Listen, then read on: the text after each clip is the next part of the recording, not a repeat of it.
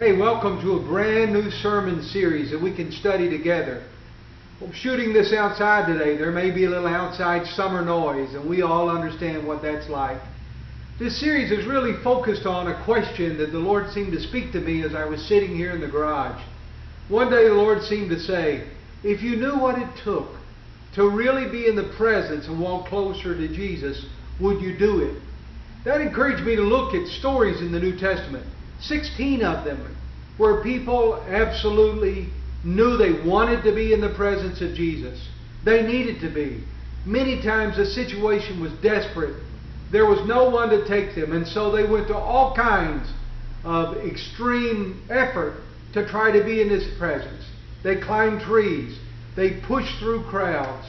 They shouted out loud and would not be quieted, all for the effort of being in the presence of Jesus. And so I wondered, what would it be like in our congregation?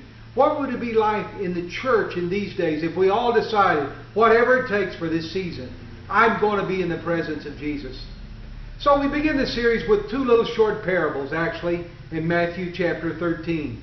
They basically say that the kingdom of heaven is like a treasure that's hidden in the field, and when a man finds it, he hides it again, and with joy he goes and sells all that he has in order that he could buy the field and have the treasure. The second little parable is about the kingdom of heaven is like a merchant who's in search of great pearls, and when he finds the one pearl of great price, he literally goes and sells all that he has in order that he can buy that one great pearl. The point of those stories is really very simple. We can run down all kinds of tangents and peripheral questions and details about the parable, but it's really very simple. Someone encountered a treasure and a pearl that was so great that they were literally willing to lay aside and lay down everything in their lives in order to pursue it.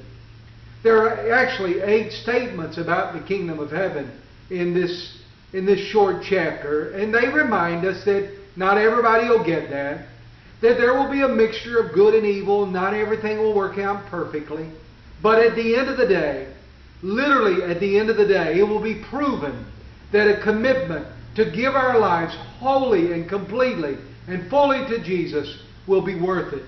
We will shine like the sun in the kingdom of the Father of that day. And so this season I would ask you, is Jesus the treasure of your life? Is He the pearl of great price? Would you be willing to let go of some things in order to pursue Him with all your heart for this summer? Would you seek Him? Would you do whatever it takes to get to be in His presence? May the Lord help the answer to that question to be yes for all of us. Spend a little time this week with Matthew 13, 44 and 45, and begin to embody the truth of the challenge to walk fully into the presence of Jesus. Thank you for joining us today for this short story, and just again for the meat and potatoes.